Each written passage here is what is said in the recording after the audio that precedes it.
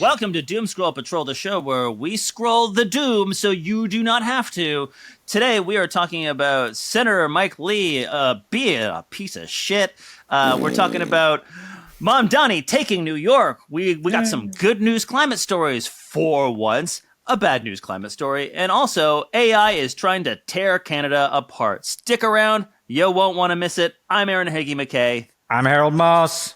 I'm Hannah Snape. I'm Sam Perez. Oh, it's more like Boom Scroll Patrol today, baby. Let's get going. Let's go. I have heard through a Christian that the empathy is a sin. If What? is that right. Is that not doctrine? Yeah, The sin of empathy. This is a thing. 100% right. Yeah, on Twitter there was like this a whole bunch of people saying that empathy is a sin. I haven't looked it up. I assumed that Jesus was just like, fuck those who feel, y'all are pussies. Sounds like and Jesus. the bitches won't inherit the earth, motherfucker. Yeah, you know Jesus, who famously sounded like someone who drinks Monster Energy drink and punches walls. Yeah, that guy. Yeah. Okay. And he's like, look at this loaf and this fish, and it's for me. And then he fucking punches the drywall. Yeah, he does. And then he drop kicks the leper into the middle of the lake. Yeah, no, I think So fuck them foxes. Fuck that bitch who likes them foxes. And she's going to hell because she killed herself because she was a pussy. That's Jesus. Yeah. Well, that I is don't like that Jesus. is that I'm is just saying the we internet. need to be more for like, yeah, this is what the No, I mean, that is the internet. This is distorted the- fucking everything. That everything. Even like, Well, everything. that empathy is a sin. That started. It was that one lady who was it at Trump's something, and she gave that speech basically at Trump and Vance, where she was like, "Hey, let's be kind to people." Blah blah blah. right. Like she was basically like kind of telling them a sermon for those. She was two. subtweeting Oh, them as yeah. we used to in say. front of their fucking faces, and then and then all the right wing people obviously got mad. And some guy was like, "Don't fall for the sin of empathy," and it's like, okay, it's kind of like in Mad Max Fury Road, where who's the main bad guy, where he lets the water out, and then he takes it back, and he's like, "Don't let water like it poisons you because you want it all the time. So like, learn to not drink water." Like, and that's like what it sounds like. Is that guy? Do not, my friends, become addicted to water. It will take hold of you, and you will resent its absence. Well, that's the classic. Okay, Sorry, so the sin of empathy comes from Ben Garrett, who seems to be, I think he's some sort of Christian guy or whatever. Do not commit the sin. Yeah, do not commit the sin of empathy. This snake is God's enemy and yours too.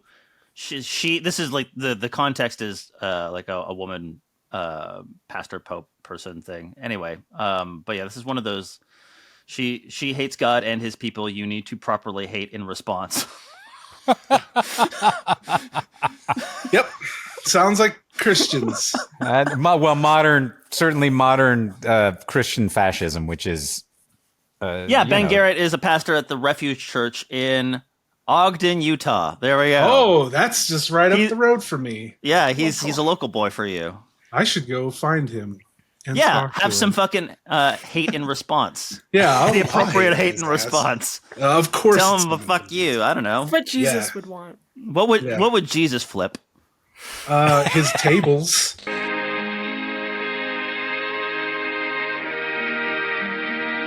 I like to say I really like Mike Lee. He actually we can Mike talk Lee about is him. a monster. We could talk about him actually. I don't know who he is. He's the guy. So he's a U.S. Senator, Utah. He's a real piece of shit. Mike Lee, if you ever listen to this, fuck you. I hate you. In fact, I saw him first time. I never voted. No. So like he's been a senator for a while. In fact, I remember back when I was with my mom, he was like somewhere in St. George, Utah, like just being a real piece of shit. And I remember being like, what's going on? And someone's like, oh, Mike Lee's here. And you could see him. And I remember I ran up and I was like, fuck you, Mike Lee. He sucks. But anyways, he was the one just recently was like, hey, we're going to sell all of America's public lands, 32,000 square miles of federal land. I think it's 32 million. Or is it? No, 32,000. No, 3,200 square miles. Yeah, square 3,200 miles. square miles. Yeah, that's a lot. Like, That's a lot. That's like, well, like part of it, like that's like all of Utah. Square miles. I don't know where I came 3,200 up with million. Okay, yeah. Yeah, sorry. that's. I don't think the Earth has that the many Earth square has that? miles, man. I was not good with math. Anyway, 3,200 Yeah, so- square miles, which is 3,200 miles by 30. That's a big chunk of land. Yeah, it's like I was looking at it. It's like all of, because Utah has a lot of public lands. It's like most of Utah he would sell, and it's just like insane. And on top of that Yeah, just like privatized. is actually native land. Yeah. We don't. Of course, it's continuing to break every treaty. So there's a lot of. I mean, all of it's native land. Right. Let's get that. The ground is all stolen, but even formally, there's really land that even under current law they shouldn't be able Yeah, to, I mean- to transfer. not to get into like the whole weeds of legalities and stuff like that, but treaties are generally like but you can't just sell stuff that already has a treaty on it. Generally, there's like a whole. I mean, except for America's really good at ignoring treaties. Yeah, exactly. I mean, Canada's got so some is Canada also has that some too, swagger on that front as well. Well, and like the thing too with this is, again, this is like, so more of a local Utah issue. This has always been a big thing of Utah because Utah is a lot of like federally owned lands, which is why people love Utah because they can come here, hike, do all that stuff. And the conservatives of Utah, man, they have been, I mean, ever since I was old enough to kind of understand politics, they've always wanted to sell off the land for like, they say because there's no affordable housing in Utah, so we got to sell it to make affordable housing. And it's like, no, there's so much housing here. Like, just make it cheaper, you morons. Well, and this is the thing: is what they're talking about doing. It's they're connecting to people on the issue that housing is unaffordable, and that there's actually it's not that there's not enough housing, like you said, it's unaffordable. But what they're talking about is just a grab for real estate developers to build more, and particularly in Utah, more green lawned, gated communities in already massively underwater resourced areas that are going to end up being ghost towns, but someone's able to flip them and make some money. When what we need to do is denser housing in the cities, right? We need denser housing. We need to change zoning. We need to have and we're going to get into him a bit more later, Mamdani's plan in New York, who's likely to be the new Democratic Socialist mayor in the fall, which is union-built, ecologically sound, sustainably built housing that's actually affordable, more densely in walkable neighborhoods with everything. That's actually what the country needs. That's what's going to lower housing prices, right? It actually, Austin, Texas is one of those places where they did a bunch of that and it lowered housing price. Rents went down. It's not magic. Is it a thing across all of North America or even just Canada? I know it is in Vancouver where like foreign investors will just buy properties and then they just sit vacant. Yeah, Well, like that's New here York. we have banks like will buy housing. I was watching this, I can't remember where, I'll have to find it. But basically they would buy housing and it's cheaper for them to just sit on it and wait for someone to buy this overpriced house and leave it empty than to like lower the rent and then let people move into it. So like I don't know how it is in Canada, but like in America, we have like, there's this housing shortage, quote unquote, but it's because like banks and shit own everything and they're just hoarding it. It's like house dragons. It's all ours, Montag. Toronto is one of the cities, is like New York, which is New York. As a Torontonian, we love to hear we're like New York. We're like, oh my god, we're like New York. Well, Thank you. In this very you. special way, which is that foreign investors build luxury condos as a way of hiding illegal money. So the oligarchs buy up luxury condos, they sit empty, and it's literally because it's a great way to. And this is what Donald Trump's whole business model was, right? You sell units, overpriced units, to people who are trying to launder money. You launder their money. They hold that asset. and it's fungible, and other oligarchs, you can sell it and things like that. So there's all these overpriced, just half empty buildings in New York, and it makes the housing crisis worse. So that is one of the ways that Toronto and New York are cousins. Oligarch invested stupid, overpriced, empty condos. I could go on and I did a fucking hour-long video on housing in Canada, but which is good. You guys should check it out. You should check it out. It's very good. It's actually really good. What's in the news? Yeah, let's go into the news because I actually have had moments of optimism and good cheer this week, and was thinking for that I want to change this week's episode to the Boom Scroll Patrol.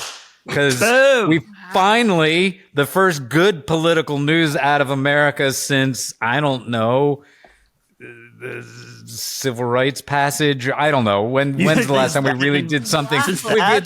It's been a dark 50 years in America. I would say since Governor Jesse Ventura. How about that? Yeah. Or when Ronald Reagan died. But he's kind of what is that? Yeah, but he's a wrestler, and that was kind of cool. Yeah, that was kind of cool. Yeah, he made the public transportation up there. Minnesota has some cool shit. Well, and there was a moment when Obama was elected that we all felt it, and then there was no follow through. Anyways, it's the big blue balls of the Democratic win of that area. Right, but it's Zohran Mamdani, who is a Democratic Socialist, comes out of the Democratic Socialists of America, and took on Andrew Cuomo, our previous New York State governor, who resigned in disgrace after 11 women accused him of sexual harassment. Hold on, accused him of being Italian. Well, yeah, that was his defense. I'm not a pervert. Yeah, I'm Italian. He was like, I wasn't touching women inappropriately. I'm just Italian. We're funding him. And every Italian is like, bro, don't. No, every Italian was like, he's right. And he sued the women to get their gynecological records to try and undermine them. What? And he kept Republicans in power in Albany just so he could have control. He's corrupt. He's awful. He's a piece of shit.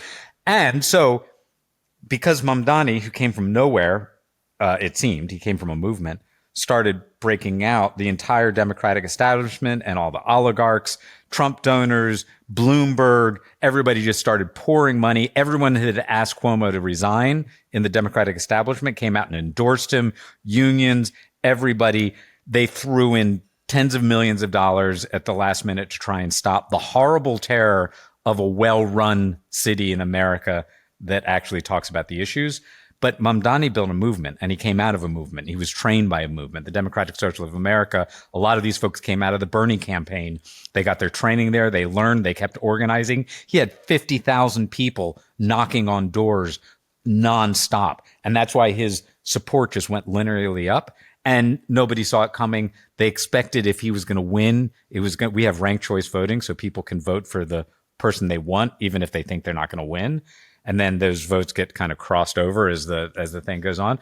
Mamdani, everybody thought Cuomo was going to at least win in the first round and maybe get done by the end. Mamdani won decisively in the first round. And then he's going to get the majority coming out of the ranked choice. It's a huge victory. And so, of course, some of the Democratic establishment, like Gillibrand, one of our senators from New York State, are just jumping on the racist bandwagon.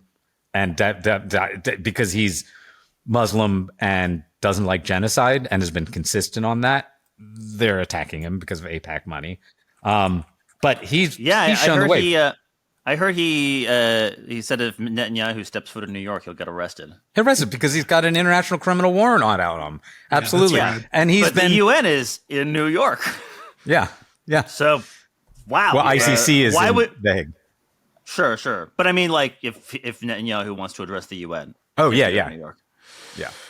But what Mamdani was never apologetic about being a socialist, about his politics.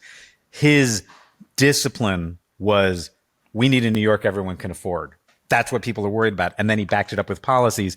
And I think as climate communicators, incredibly important because he firmly put climate as a quality of life issue, which it is.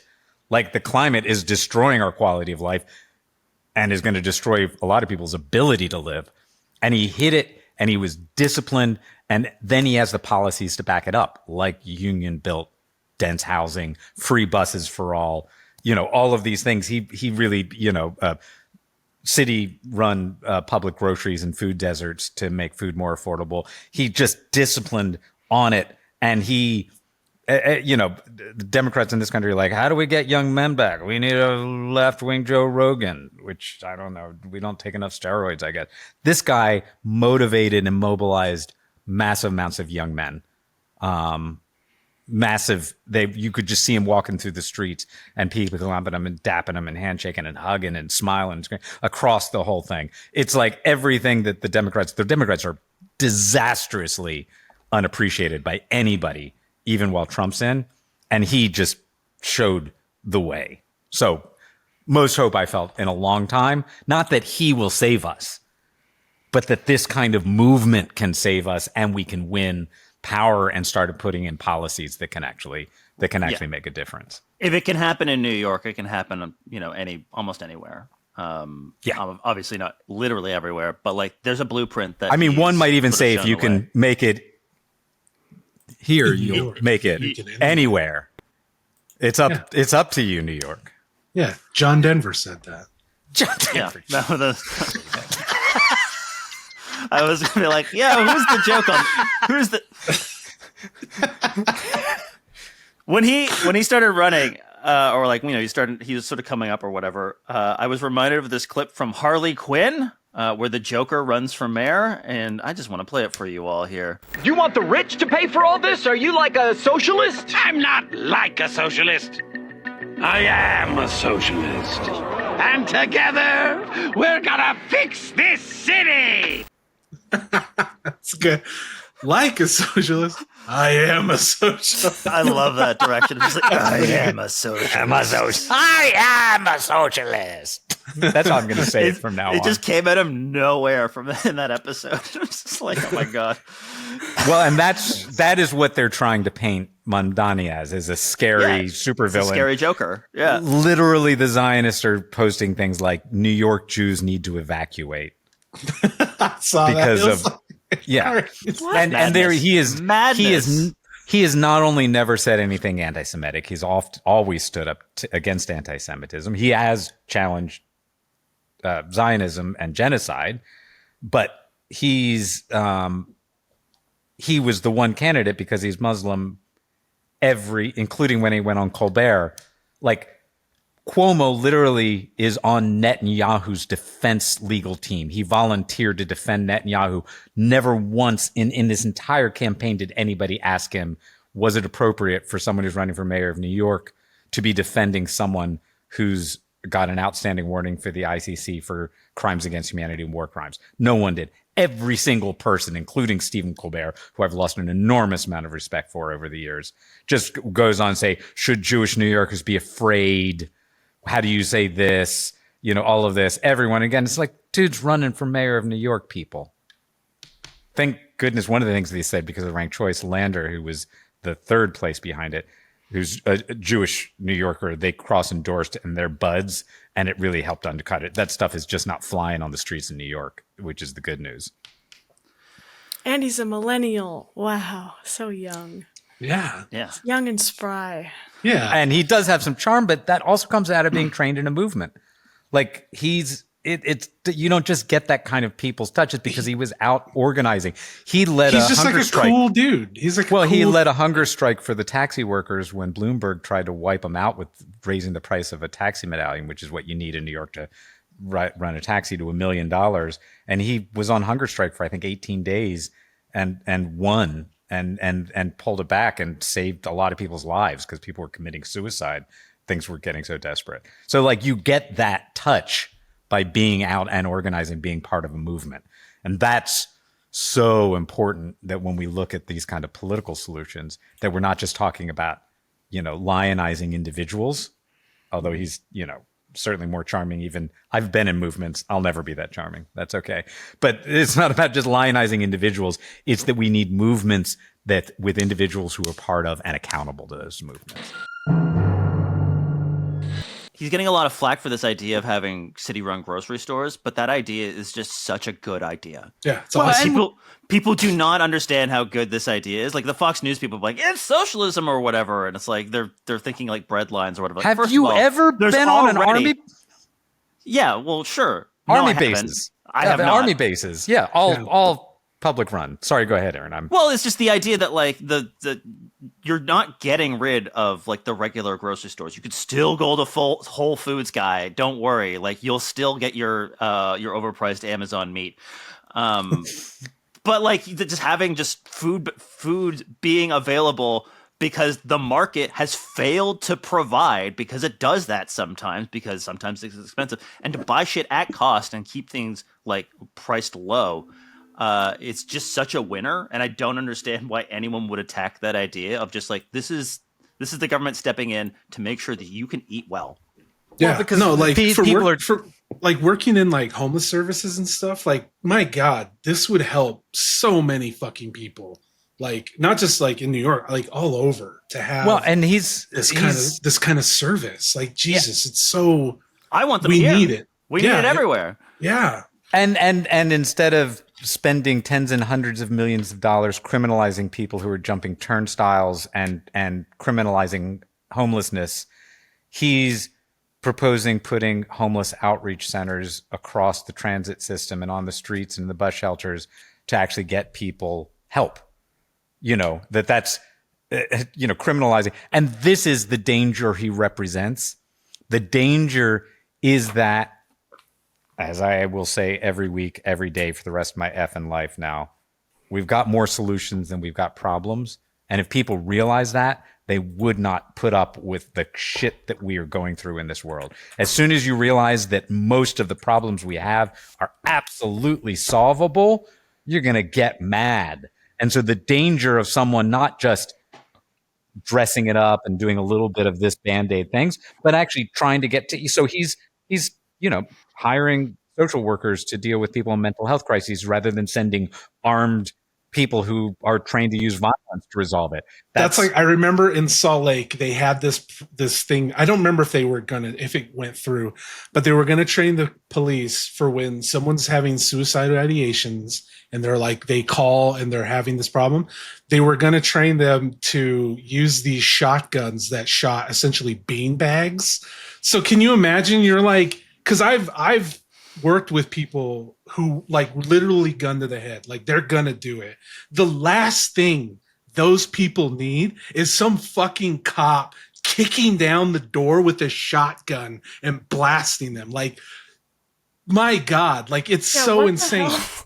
Like it makes no sense, because like that you have to talk to these people and like de-escalate and like do that. So I can't imagine having that, to be at that point in your life, and then some dude comes in to blast you with a fucking shotgun. Like, and that's he's talking about real solutions, which is everybody likes to hire cops, everybody meaning politicians, and cops make crime worse. They make safe cities less safe. He's talking about actual solutions that undercuts the entire logic of both parties in this country.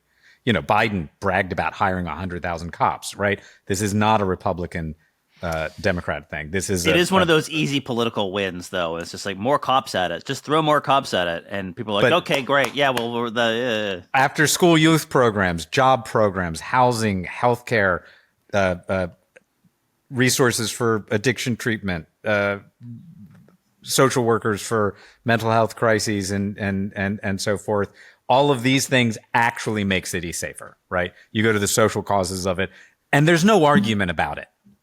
There's no argument about it. It's just any research is going to show you that this is what works. This is how you actually make a city safer. And so anybody who's pushing to hire more cops actually has zero interest in making cities safer. They have no interest in doing that. They either are trying to be able to oppress people better or just score points because the cop unions have so much power in society.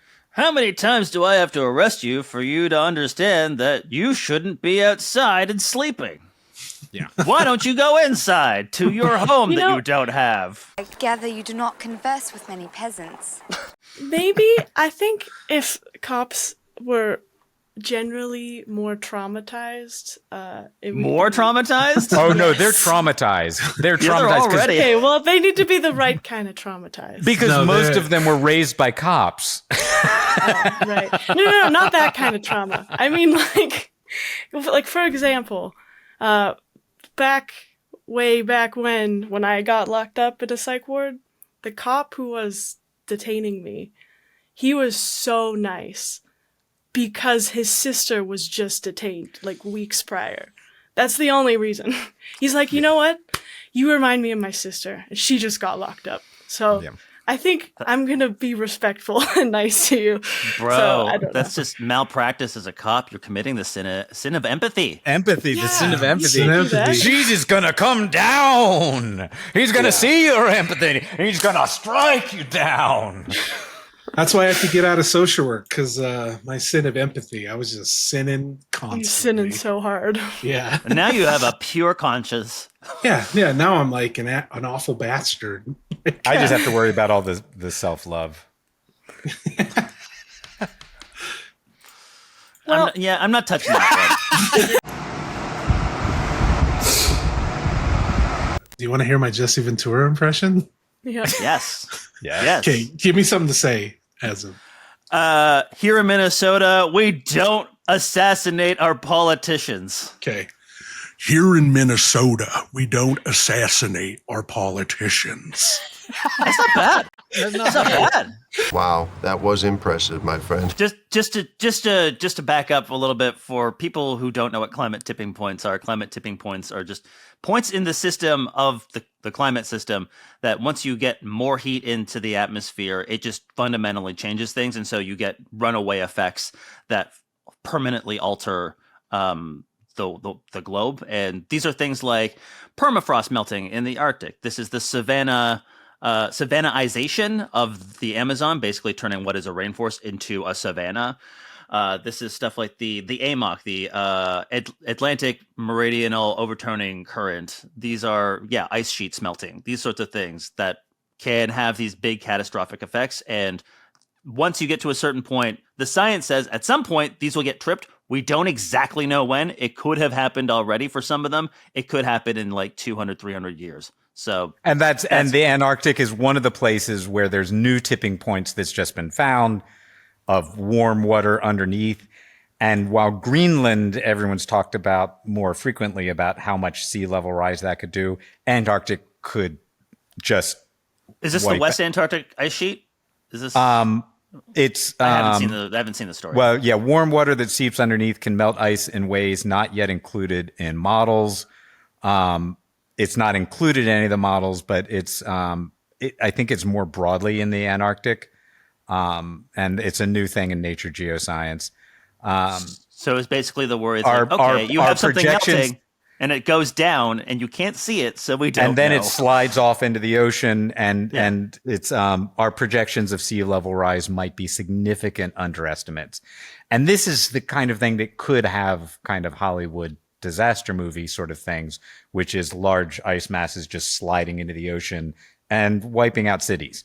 Like those are the stakes that we are playing with now. Is because it is the potential for, and we just don't know, and they don't know. Things are moving so fast. What we do know is CO concentrations we're millions of years since we've seen anything like this. We're blasting through everything. The other thing we know is if we stop burning fossil fuels, it would probably stabilize a bit. Not everything. There would be some things that would continue to overshoot. But if we just stopped, which we could do, we've got the resources to do it.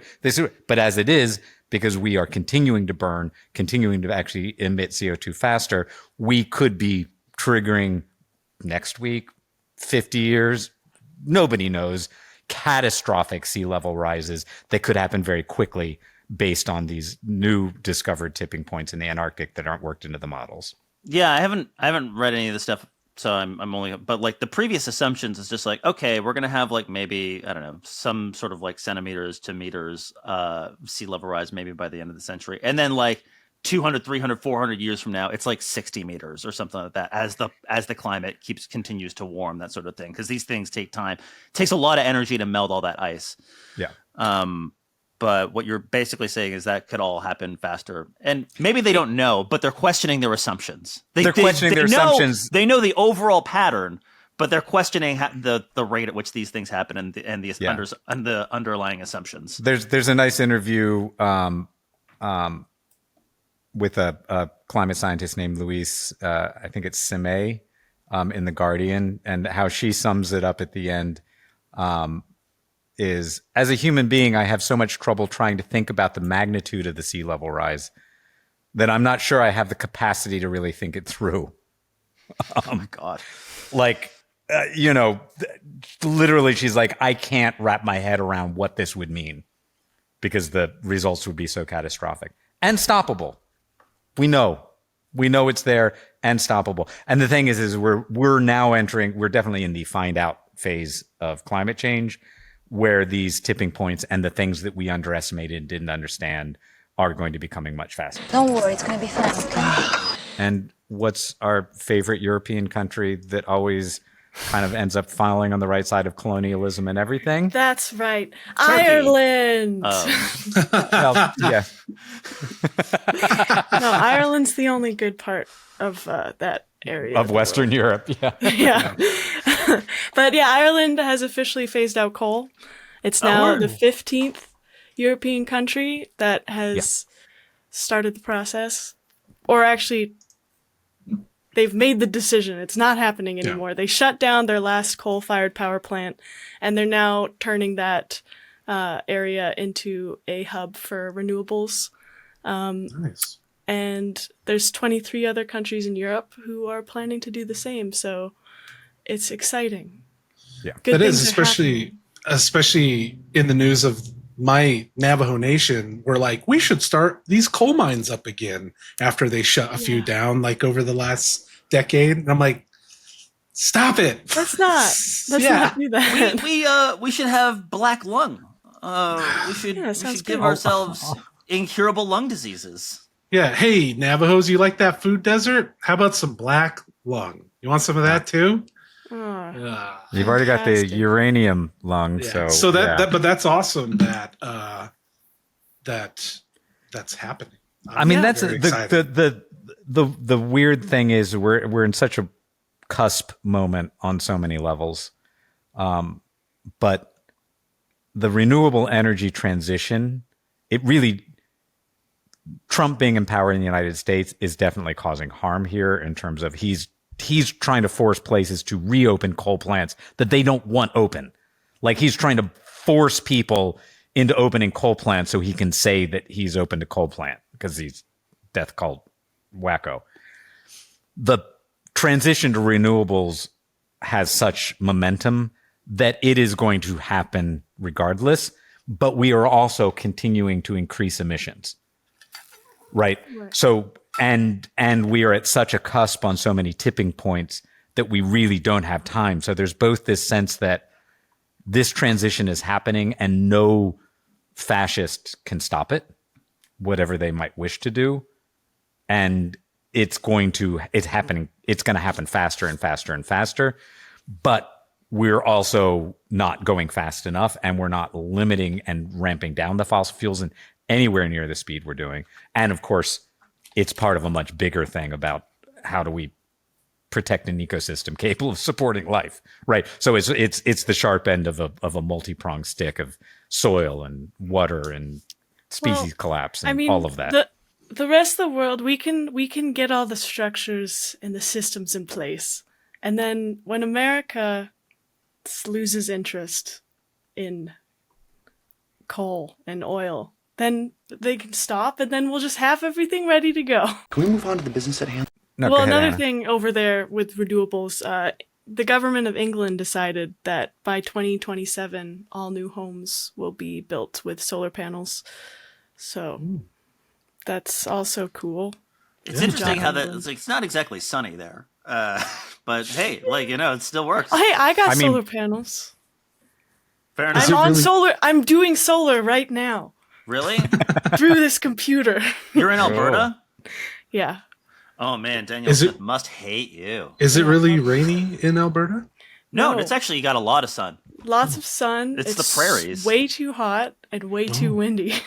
But I do think on the climate side, to tie back the earlier Mamdani messaging, like people do need to understand the negative impacts. And it's not like we can stop trying to bet people understand the steam train, the coal train coming down, barreling down the tracks towards us. But people don't internalize that, and their mind kind of rejects it. And I think that's such a core lesson of what Mamdani's doing, is tying it to quality of life, tying the solutions to things that are just good, because all of the solutions around climate just make life better. They make your air cleaner. They make your energy cheaper. They make your energy supply more stable and secure. They do everything good. They take power away from despotic nations. They take power away from despotic corporations. They take power away from fascists and the right wing. It's like everything you do to ramp down fossil fuels has 1,000 good knock-on effects that show up in your life every day. And like, it's how do we start to tie that in to campaigns and movements that people see that it's not just an abstract idea to them. I don't think it's abstract to us, but an abstract idea to too many people, that the world is in threat, that the ability to sustain life is in threat, but that the things that they're dealing with every day, the prices for their groceries, the price for their housing, the prices for their energy, the fact that every time I wake up now in late spring to summer, I check to see where the forest fires in Canada and the Midwest and everywhere are going, to see if I'm going to be choking all day or not. That these things are things that we can actually address for real. And that's the threat of a Mamdani, is that we can. So we can change things for the better. Another good news, French Polynesia announced the world's largest marine protected area. Of almost 5 million square kilometers, or 1.9 million square miles for just America. And wait a minute, I'm not good at math, so I'm like, does that work out? 5 million. Oh wait, you know what? I think we were all bad on the public lands math. I don't think any of us knew what the hell we were talking about. Anyways, go ahead. Yeah, but this is in the ocean, so yeah. Shouldn't it be cubic then? You know what? You're so smart. It would be way more if it was cubic. But yeah, they're gonna restrict extractive practices like deep sea mining and bottom trawling, which is like the fishing where they have the huge net that they just break along the ocean floor and destroy ecosystems. Yeah. So yeah, 1.9 million square miles is now protected. So that is huge. Bottom trawling, not touching that one. Not touching that one. And another thing, Guyana in South America passed legislation to hold fossil fuel companies accountable. And it's called the Oil Pollution Prevention, Preparedness, Response, and Responsibility Bill. Look, does that spell something? Maybe in Spanish. Yeah, I bet it does in Spanish. Okay. Yeah, probably. But yeah. So I haven't seen that before. This is Boom Scroll Patrol. Holds oil companies accountable. Yeah, it's exciting. So hopefully that catches on and becomes a trend.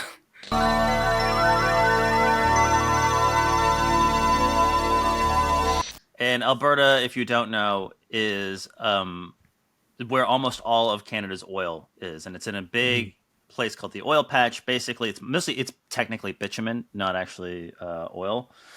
Hannah, can you see the oil from your house? Yep, it's everywhere. Oh, okay, cool. Yeah, it just surrounds covered in you it constantly. No, but I do see all the oil things like everywhere. Oh wow. Okay. Yeah. So she really does. Yeah, there's a big orphan well. Orphan wells. Anyway, it sounds like Orson Welles.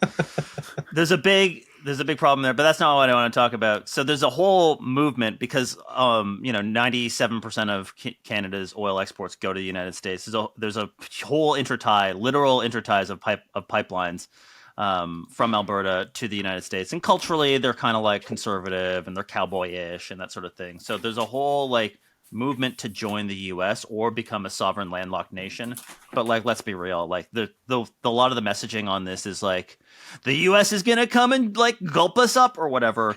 And now they're using AI. Some of these separatists are using AI to produce propaganda videos, and this is one of them. And it is bananas, in my opinion. If this is a thing you want to go watch, I'm doing a whole separate video on this on my YouTube channel where I like make fun of it or whatever. But I just, since this sort of got sprung on us, and I'm like, what's some material? I thought this would be funny. After we separated, prices dropped. It's the first time in years I'm not checking every tag. We never thought we'd own a place like this. Alberta going independent, it changed everything. Best decision we ever made. Downtown used to feel dangerous. Now my kids walk to school again. Alberta took control and cleaned it up. Leaving Canada was the best thing Alberta ever did. We finally got to build a future on our terms. Alberta doesn't say yes to everyone. And that's why Alberta's immigration system actually works. We stopped living paycheck to paycheck. Now we live. Alberta gave us that freedom. I want to see your reaction to it. Well, if it's AI too, that means the boomers are gonna fucking love it. Just watching Hannah's face on this, be like, ugh. We don't say they had the one AI generated ambiguously ethnic dude saying we don't say yes to everyone. Yeah, that's why they wouldn't let me in. Is good here. That's why our immigration. Well, first of all, He's AI one of generated the good ones. He's one of the AI good generated ones. slop does drive me into a level of rage at this point. It looks pretty good though. Like it looks, but it's also it does something on a. It's too shiny. There's a weird sheen to it. If you look closely, there's parts in it where like first of all like you have the mom in the grocery store. Yeah, and a brown guy speaking that good? Come on. What? Oh no, I mean if you take a look at the mom in the grocery store, just look at the words in the background. We know speak that good. But what's happening with with AI? Like I don't know if you noticed that all the AI generated illustrations are all yellow now because of that Studio Ghibli trend. AI has run out of human art to steal, so it's now ingesting its own defecation. And so all of the AI generating illustrations are all turned yellow. I always wondered why that was why. It was because it's all eating its own. It's the Ouroboros. But I like the snake is eating its own tail, shitting out its own tail, and eating the shit. Is how I like to put it. That's going to happen more and more and more. Hallucinations aren't going to get better, and now all of our software is being written by AI. And we've got to do it. We're going to do an all AI episode. Let's plan it in the next couple of weeks because cognitively, college students are in cognitive decline because they're not learning to write. Because they're offloading it to ChatGPT. This is like a broad spread problem. MIT did a whole study on it. It's just going to become more and more. It's that spot. What's so perfect about it? It's what AI does at its best, which is just like pablum, which is just like mush. Flavorless mush. And it's just going to continue to push more and more to that average. I'm going to put in the link. We don't have to go too deep into it now. But I think Sam's we're doing that. Questions though. I don't give a fuck about AI. I get it. It's all bad. I actually do have questions about this Alberta stuff because I don't know. So is this like is this becoming a thing? Like, so it ebbs and flows. There's a whole history to it. Basically, it like harkens back to like Trudeau the First and the National Energy Program, and there's a lot of like hurt feelings over like the way that they treat it. There's a whole like because they produce a lot of oil and there's like taxes involved in that. So they are a net contributor where there's equalization payments between provinces. And so they give a lot per capita compared to places like in the Maritimes or whatever, right? Where they're kind of poor. But this is what you are as a federation, and it's the same with the United States. Like fucking Alabama receives far more from the government than New York does. New York is a net contributor, and so people in New York are literally giving money to Alabama. Yeah. And that's what it means to be a federation. Anyway, so there's a lot of bad blood around that, and there's stuff like if the rest of the country is saying no, you can't build this pipeline, they're pissed off about it because to them they see that as like you're holding us back. And is that the equivalent of like America with like states' rights? It's like, well, it's Texas. It's Texas separatism. I mean, we've got the same exact South thing. will rise again and all that. Yeah, yeah. No, but there's Alberta Texas. is Texas. Texas, Alberta is Texas. It's cold Texas. Yeah, and also a little Florida. Yeah. So it's the same thing as the Texas separatists because there's that's where you're at, Hannah, right? Alberta. Yeah. Okay. There's literally bumper stickers in Alberta that say Republic of Alberta that are the same make of the Republic of Texas bumper stickers. They just literally pointed it over. And that's a real movement. That's a real movement in Texas. You have Confederate flags? Yes, we do. Not as much anymore. In the last Yeah. decade, I don't see as many. But when I was growing up, every truck. Yeah, I used to see Confederate flags all the time, and I'm like, bro, this is not your fight. This is not even. You're not a part of it. Get out of here. That's insane. But I honestly, I grew up here, and I didn't know about any separatist stuff until like right now. What's happening now? This is the first I've heard of. I only ever knew about Quebec, so.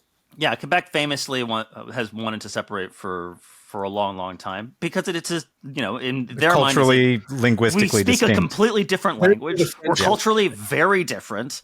Like there's a whole why should we submit to you? Like there's a whole argument there for the Alberta separatists. Their culture is oil.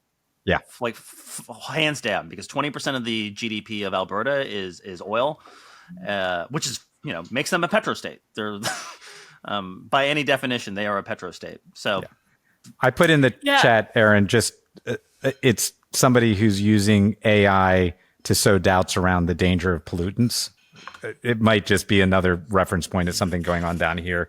I mean, that's the thing is that he's using it to scout through all the research showing that pollution kills things, right? And people, which is surprise. True. And use that's why we call it pollution. And it's basically doing the tobacco industry and the oil industry cast out on the science for the chemical industry. And using AI to try and tear apart and find scientific research that you can cast doubt on. So and AI can do a feel good I might job be of sailing it. Unreasonable things reasonable. Yeah. It can do that faster than other What is it, my wife? Good one. That's so funny. That's the best boomer joke ever. That's why they love AI. Scroll Patrol. Oh, there we go, Hannah. Boomer Scroll Patrol. Boomer Scroll Patrol. Get off my lawn. That's what we need to do next. Just a quick little story from my life. My niece, I don't have kids, but I have kids in my life, and my niece is one of them. She's 4. And she was driving around with her mom, and like Smells Like Teen Spirit came on the radio, and she was like fucking banging her head, and then she goes, "You're a boomer." It's like brutal. You don't know how much that hurts, little child. You have no idea how much that hurts. Thank you for listening to Doom Scroll Patrol. Like, comment, and subscribe to Undeniable Network for more content and to support our work.